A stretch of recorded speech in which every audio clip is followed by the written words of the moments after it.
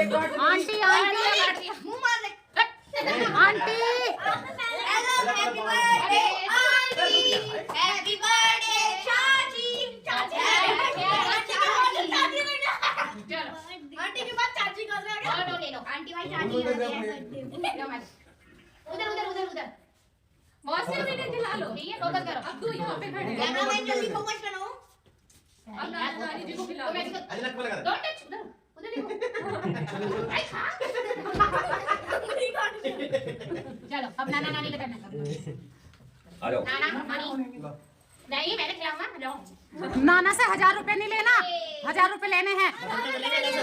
हैं 10 मिलेंगे 1000 10 मिले। मेरा झूठा खाएंगे। ओ नानी बुढ़ी होगी नानी।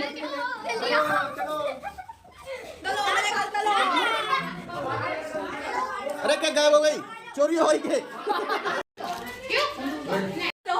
Okay attack attack attack.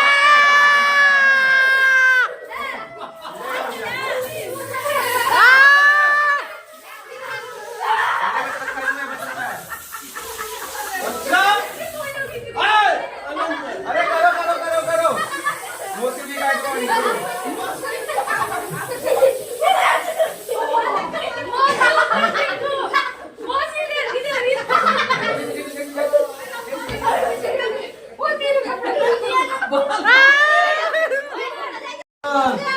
अरे नहीं उसको पूछ लेंगे मोसी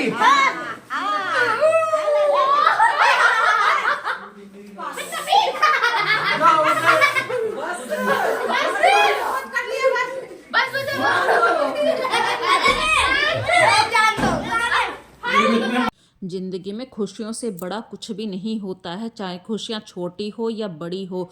खुशियों को मनाने का मौका कभी नहीं छोड़ना चाहिए और जिसके दरवाजे पे खुशियाँ आती हैं वो तो बहुत ही खुशनसीब आदमी होता है। तो इन खुशियों का खूब ज़ोरदार स्वागत करते हुए आज की वीडियो की मैं स्टार्ट कर रही हूँ। तो फ्रेंड्स, कल रात मैं अपनी छोटी बहन की बर्थडे पार्टी में गई थी और वहाँ पर मतलब बच्चों ने खूब मौज मस्ती करी। वहाँ से आने के बाद अपने डेली रूटीन के काम शुरू कर दिए। तो मॉर्निंग में सबसे पहले तो मैंने अपनी हेल्थ के अकॉर्डिंग एक आंवले का मुरब्बा खाया है और एक आंवले का मुरब्बा मैंने अपनी फैमिली में सभी को दिया है। तो ये कैसा बना है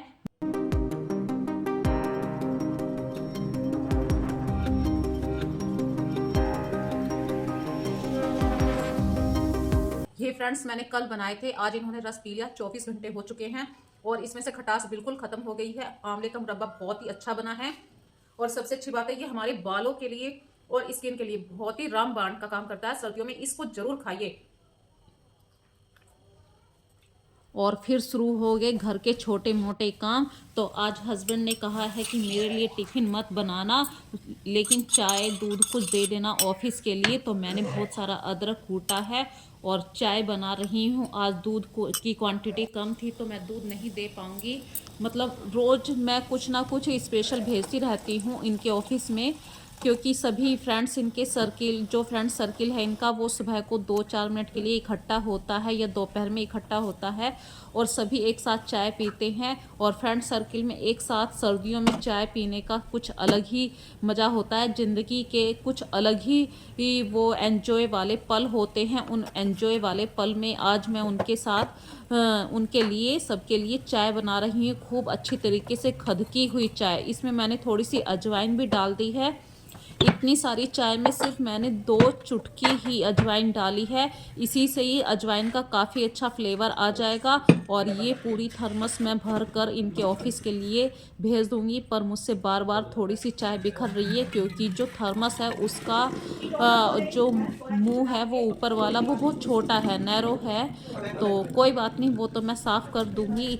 और ये ट्रिक मैंने इस टाइम सीख ली है, यदि चाय आप पा रहे हैं और छोटा बर्तन है पाने वाला, मतलब बड़ा बर्तन है पाने वाला और छोटे बर्तन में आप डाल रहे हैं तो चाय की छलनी को तिरछा कर दीजिए, फिर चाय नहीं बिखरेगी। और चाय की बोतल को साफ़ करने के बाद अपने हस्बैंड को दे दी है। मैंने कि जाओ आप अपने ऑफिस में अपने काम शुरू कीजिए। और जाते जाते उनकी आंख में दवाई डालने का वो भूल गए थे। मैंने उनको याद दिलाया।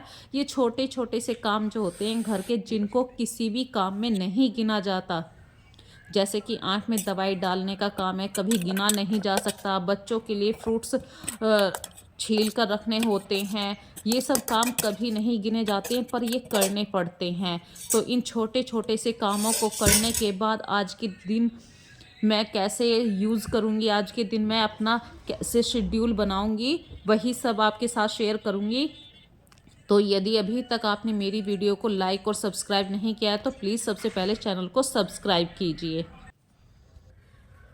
ये है सॉक्स, देखिए पुराने सॉक्स होते हैं ना, फट जाते हैं। ये हैं आपके पुराने सॉक्स जो फट जाते हैं। मैंने उल्टा कर रखा है ये सॉक्स इस तरीके से। तो इनका आज मैं यूज़ करना आपको बता रही हूँ। भाई सर्दियों में हाथ पैर तो सभी के ख़राब हो जाते हैं और डस्टिंग का मामला हो तो फिर सभी सोचते हैं। तो ये मैंने इस तरीके से पहन लिया है। और आज जो पीछे आपको कर्टेन दिखाई दे रहे हैं, ये मेरे किचन के कर्टेन्स हैं। तो भाई किचन में रोज़ कुछ ना कुछ तड़का लगता ही है। किचन में कर्टेन्स हैं मेरे यहाँ पर। तो भाई महीने में या 2 महीने में इन्हें साफ़ करना ही पड़ता है। इसे ही हाइजीन वाली हैबिट्स कहते हैं। तो दिवाली पर साफ़ हुए थे और दिवाली को शायद 1 महीना पूरा हो चुका है। अब मैं आज इनकी बारी है। रोज़ मैं कुछ ना कुछ अपने घर का कुछ ऐसा काम करती हूँ। जैसे कल की वीडियो में शायद आपने मेरे ड्राइंग रूम के लटकन वाले कर्टेन्स देखे थे, जो मैंने उन्हें उतार कर साफ किया था। और आज है किचन की बारी। तो ये है किचन के कर्टेन्स। मैं इन्हें आज कैसे साफ कर रही हूँ तो देखिए।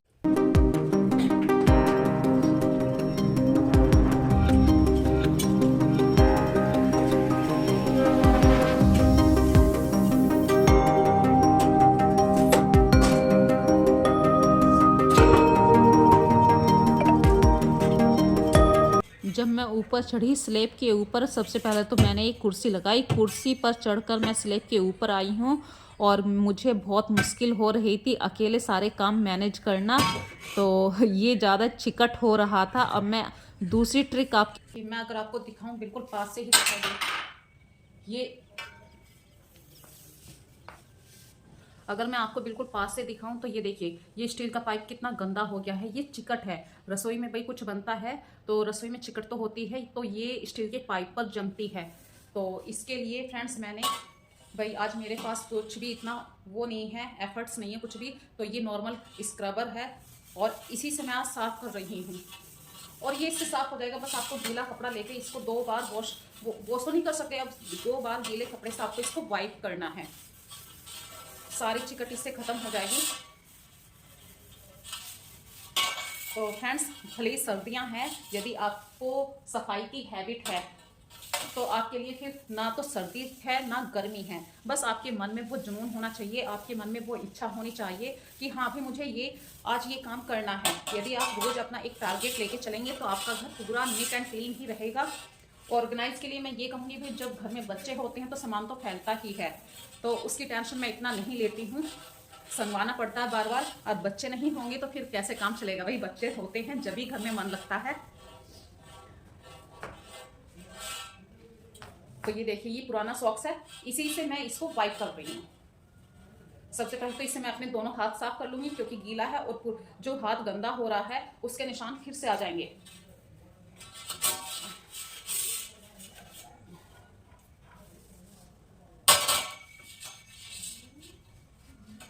ये देखिए, सारा गंद इस पे सॉक्स पर आ गया। और ये बेकार सॉक्स होते हैं तो मैं उनको फेंकती नहीं हूँ। पुराने सॉक्सों का आज मैंने यूज़ कैसे करा ये आज आपने देख लिया है। ज़्यादा कुछ भी नहीं, क्लीनिंग के लिए मैंने ज़्यादा एफर्ट्स कुछ भी नहीं लगाए हैं।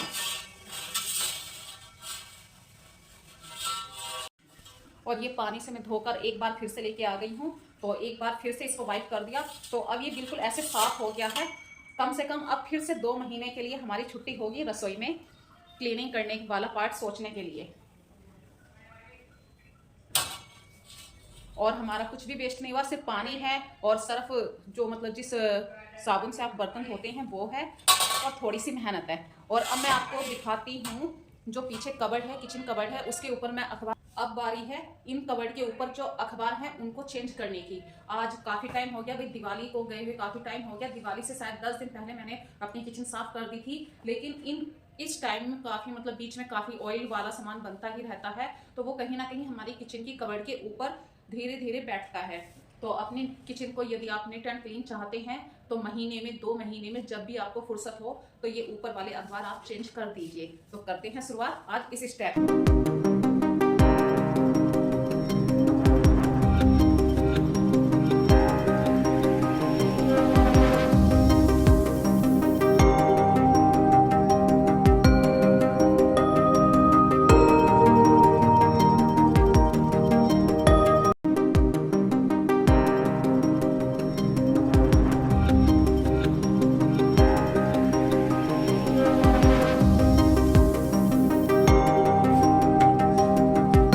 ये थोड़ा सा मैं तारपीन का तेल ले रही हूँ और तारपीन के तेल का क्या फायदा होगा वो अभी आप देखेंगे। ये जो रसोई का हुक होता है जहाँ पे आप पर्दे होल्ड करते हैं तो यहाँ पे बहुत ज्यादा चिकट हो गई है और ये छुटती नहीं है बहुत आराम से। तो ये तारपीन के तेल से यदि आप इस तरीके से, ये देखिए गंदगी छुटनी एकदम आसान हो गई है। तो ये देखिए कितने आराम से ये सारी गंद बिल्कुल साफ हो गई है और ये यहाँ पर भी आई हुई है। मैं यहाँ से भी पूरा मतलब बिल्कुल साफ हो जाता है इससे। ये देखिए कितना मतलब गंद है इस पर।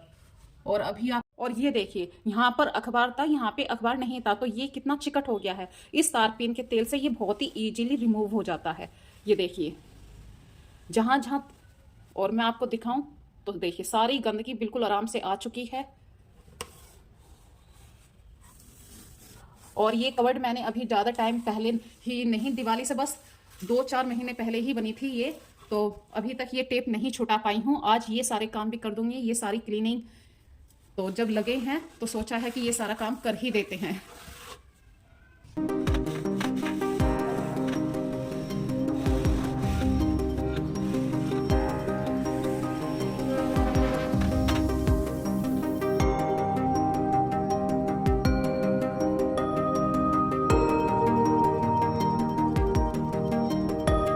और जब आप इस तरीके से कवर्ड को ऊपर से साफ करें, जो अखबार रखे हुए हैं उन्हें बिल्कुल वहीं का वहीं फोल्ड करके जब नीचे डालिए, नहीं तो सारी डस्ट कहीं ना कहीं आपके काउंटर पर गिरेगी और आपका काम फिर से फैल जाएगा। तो अपने काम को इजी बनाने के लिए छोटे छोटे से इन स्टेप को ध्यान रखिए। और फिर से मैंने अपने दोबारा से नए अखबार बिछा दिए हैं और ये अखबार ना उड़े क्योंकि मैं किचन की खिड़कियों को खोल देती हूँ, तो इसके लिए मैंने यहाँ पे छोटे छोटे से स्टोनों को रखा है। छोटी छोटी बातों को याद करने से आपका काम बहुत इजीली हो जाता है। कपड़ा लगा दिया है और ये किस चीज का तेल लिया था, मैंने लिया था तारपीन का तेल। और ये कबर्ड के ऊपर जो किचन कबर्ड होती है वहां पे भी बहुत ज्यादा डस्ट हो जाती है। तो 2 महीने में 3 महीने में जब भी आपको फुर्सत मिले इस तरीके से बिल्कुल साफ कर दिया कीजिए। और ये जो ये वाला पार्ट है इस पर मैंने जो चिकट जमी थी वो भी तारपीन के तेल से साफ किया है। तो ये बिल्कुल, ये देखिए बिल्कुल भी अब चिकट नहीं है। और आज मैंने अपनी पूरी किचन को अच्छे तरीके से, देखिए शीशे की तरह चमचमा रही है। और जो किचन में खाने पीने का सामान था पहले वो मैंने बिल्कुल सेपरेट कर दिया था। अभी दूध भी बॉईल होने के लिए रखा है। और जितने भी मतलब ऐसे बर्तन थे जैसे कि थर्मस हैं या पानी गर्म करने की केतली होती है, इन सबको डीप क्लीन किया है।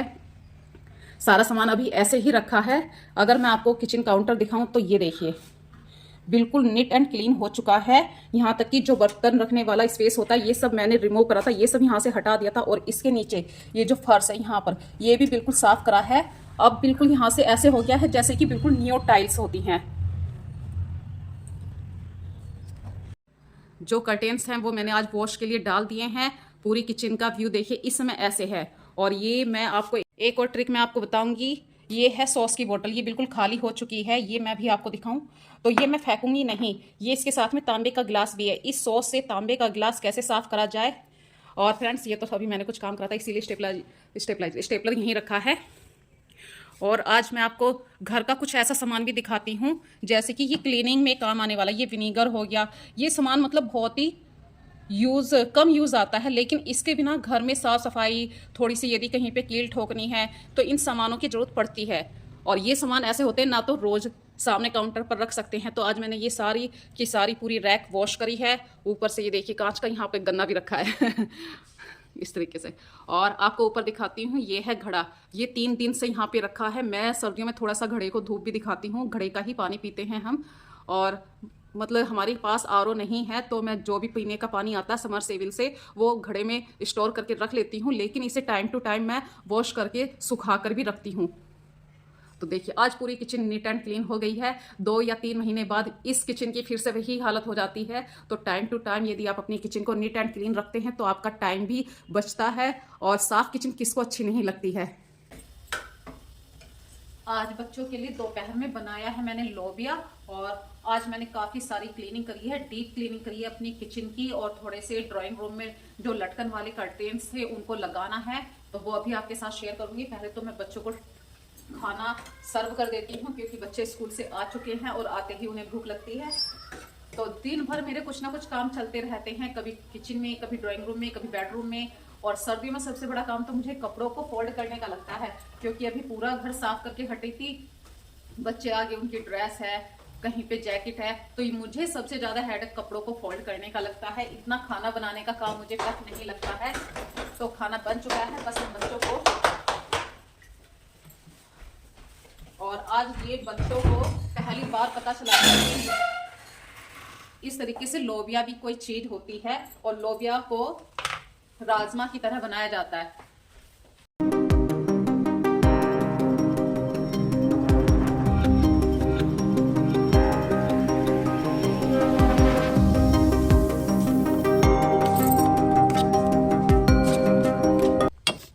और बच्चे खाते हैं मखनी घी, और वो देसी घी को कम पसंद करते हैं, मखनी घी ज़्यादा पसंद करते हैं। तो गरम गरम लोबिया की दाल कह दीजिए, सब्जी कह दीजिए, इसमें डाल दिया मैंने मखनी घी, साथ में है चावल। तो बच्चों के दोपहर का खाना तैयार कर दिया है मैंने। साथ में दही मना कर रहे हैं बच्चे। ये है सिरेमिक पॉट, और इसमें अब मैं दही जमाऊंगी। एक दिन इसमें दही जमाती हूँ, तो दूसरे दिन इसको ड्राई करने के लिए रख देती हूँ, ताकि ये धूप में अच्छी तरीके से सूख जाए। मिट्टी का बर्तन है, थोड़ा ध्यान रखना ही पड़ता है। और फ्रेंड्स, इसके लिए मैंने दही जमाने के लिए इसमें काफ़ी सारा दही डाल दूंगी, क्योंकि सर्दियों में थोड़ा सा जामुन की मात्रा ज़्यादा लगती है। और इसमें थोड़ा ल्यूक वार्म दूध डालूंगी।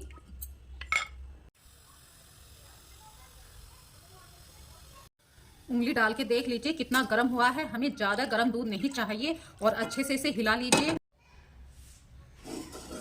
जो हमने इसमें जामुन लगाया था, अब इसमें मैं ये दूध डाल दूंगी, जो गुनगुना दूध है। और इसको किसी आप टॉवल से, कपड़े से, जैसे ये टॉवल है मेरे पास, इसके चारों तरफ मैं लपेट दूंगी अच्छे तरीके से, और इसको ढक दूंगी। और ये सारा दही मैं दूसरे बर्तन में रख दूंगी, ताकि ये मिट्टी का बर्तन खाली हो जाए और मैं मिट्टी के बर्तन को सुखा सकूं। मिट्टी के बर्तन को साफ रखना बहुत जरूरी है, इसमें फंगस नीचे बाहर की तरफ भी आ जाता है। तो मिट्टी के बर्तन को जब भी आप यूज करें, उसे 2 दिन पहले खाली कर दें, सुखा दें, जब उसमें अपना आप खाना रखें। सर्दियों में जब दही जमने में परेशानी होती है, तो उसे आटे के ड्राम में रख दीजिए, और इस तरीके से उसे ढक दीजिए, चारों तरफ से इसे कपड़े से ढक दीजिए। ये रात में अच्छी तरीके से जम जाएगी, और सुबह को आपको दही आराम से जमा जमाया मिलेगा।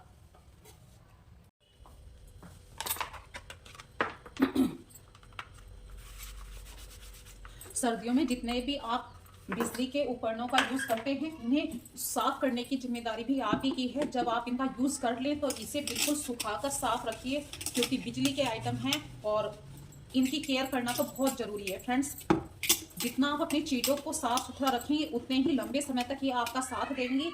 और जो भी आपके टोस्टर हैं या ये सब चीज़ें सुबह को ब्रेकफास्ट बनाने में यूज़ होती हैं, और आपको फुर्सत है, जब आपने किचन पूरी क्लीन कर ली है, या उससे पहले 10 मिनट का भी टाइम है, तो इन्हें पूरा साफ करके रखिए। जितना आप इन्हें साफ करके रखेंगे, इनके अंदर खाने के पार्टिकल्स जमा नहीं होंगे, जैसे पीछे गिर जाते हैं, तो वो जमा नहीं होगा। और जो ये आपकी थर्मस है, वो डेली यूज होती हैं, तो अंदर तक इसे साफ कीजिए।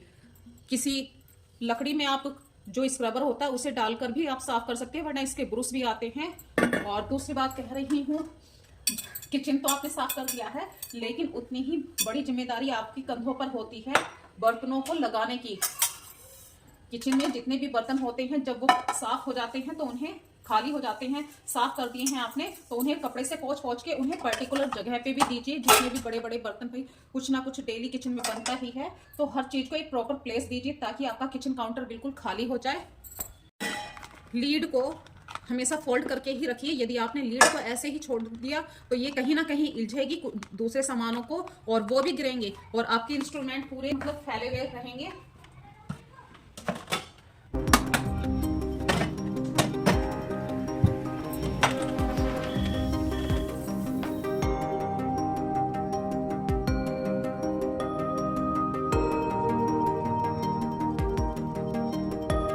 किचन में इतने बर्तन रोज़ निकलते हैं, बड़े बड़े बर्तन हो ही जाते हैं और हम उन्हें वॉश तो कर देते हैं लेकिन उन्हें प्रॉपर उनकी जगह पर नहीं रखते हैं, इसीलिए हमारी किचन अनटाइडी दिखाई देती है। तो अपनी किचन को यदि आप बिल्कुल साफ़ रखना चाहते हैं, जैसे ही आप बर्तन रखें, जो बर्तन जहाँ के हैं वहीं पर रखें। कांच के बर्तनों का अलग से सेपरेट खाना बनवा रखा है तो वहाँ पे रखिए। जो बड़े बड़े स्टील के बर्तन होते हैं जैसे भगोना है, कढ़ाई है, परात है, ये बड़े बड़े बर्तन होते हैं, इन्हें काउंटर पर नहीं रख सकते तो इनको अलग से रखिए।